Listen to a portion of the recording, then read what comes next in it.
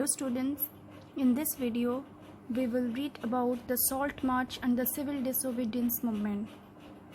So you already know that Mahatma Gandhi had to find a way to relate the abstract idea of freedom to more concrete issues of everyday life.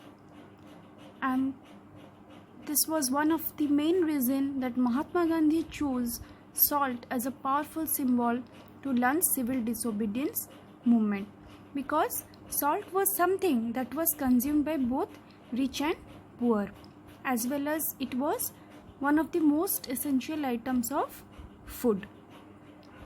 And on that salt, Britishers, they were collecting taxes, as well as the production process of salt, it was completely controlled by the British government. And Mahatma Gandhi declared that collecting taxes on salt as well as the British government's monopoly over its production process, this is the most oppressive phase of British rule.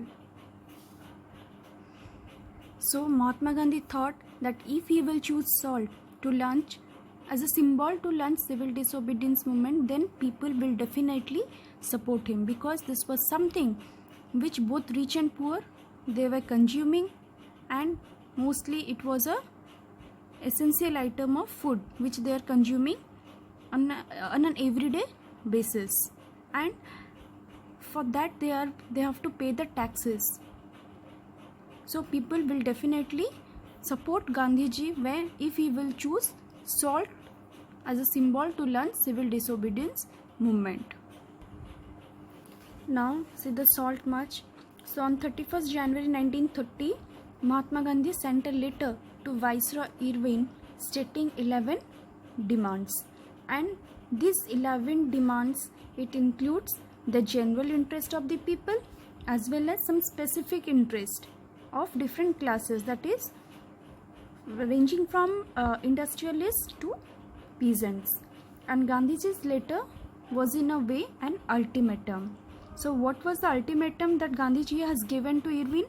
That if his demands were not, these 11 demands, if these 11 demands were not fulfilled by 11th March, then the Congress would launch a civil disobedience campaign. But still Irvine was unwilling to negotiate. So Mahatma Gandhi started his famous Salt March, accompanied by 78 of his trusted volunteers, and the march was over 240 miles, that is from Gandhiji's ashram in Sabarmati to Gujarati coastal town of Dandi. The volunteers, they worked for 24 days, so about 10 miles per day.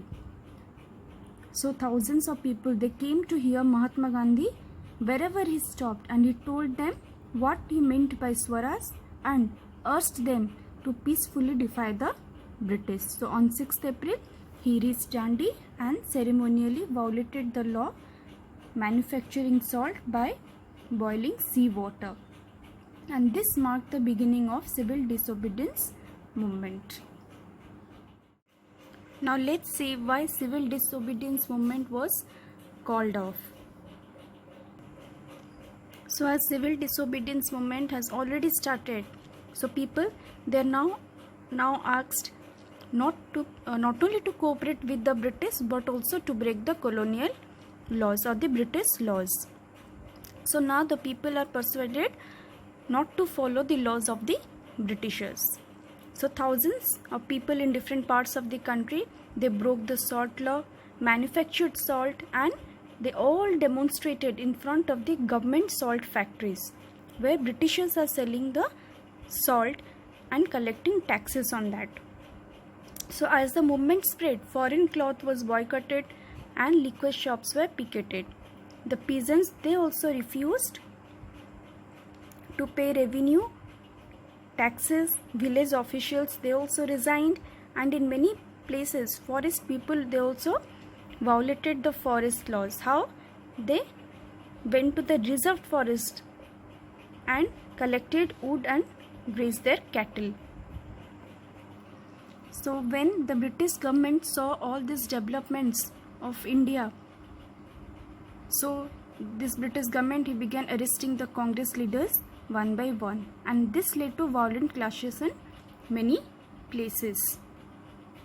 So when Abdul Jafar Khan, he was a devout disciple of Mahatma Gandhi, when he was arrested in April 1930, so the angry crowds, they started demonstrated in the streets of Peshawar. So many people were killed, and a month later, when Mahatma Gandhi himself was arrested, industrial workers in Solapur, they attacked the police post, municipal buildings, law courts, railway stations. So these all four, police posts, municipal buildings, law courts and railway stations, these all the structures, they symbolized British rule. So when the industrial workers, they attacked the structures which symbolize British rule, so in response, the British government, they responded with a policy of brutal repression. And what was their policy of brutal repression? See, peaceful satyagrahis, they were attacked, women and children were beaten, and about 1 lakh people were arrested. So in such a situation, Mahatma Gandhi decided to call off civil disobedience movement, and he entered into a pact with Irving on 5th March 1931. Remember this one, this is very important. This is Gandhi-Irving Pact, which was signed on 5th March 1931. So let's see what was that Gandhi-Irving Pact. So pact means it is a kind of agreement which was signed between Gandhiji and Irving on 5th March 1931. So what was that agreement? So Gandhiji, he consented that he will participate in the round table conference. You already know that first round table conference has been boycotted. So this is the second round table conference, which was held in London, and in return the British government, they agreed to release the political prisoners. So this was the agreement signed between Gandhiji and Irving on 5th March 1931. Now let's see what are the causes or what are the reasons why again Mahatma Gandhi relaunched civil disobedience movement. So as per Gandhi-Irving Pact, Gandhiji agreed to take part in second roundtable conference, and in return the British government agreed to release the political prisoners. So in December 1931, Gandhiji went to London to attend the conference, but there what happened, the negotiations broke down and he returned disappointed.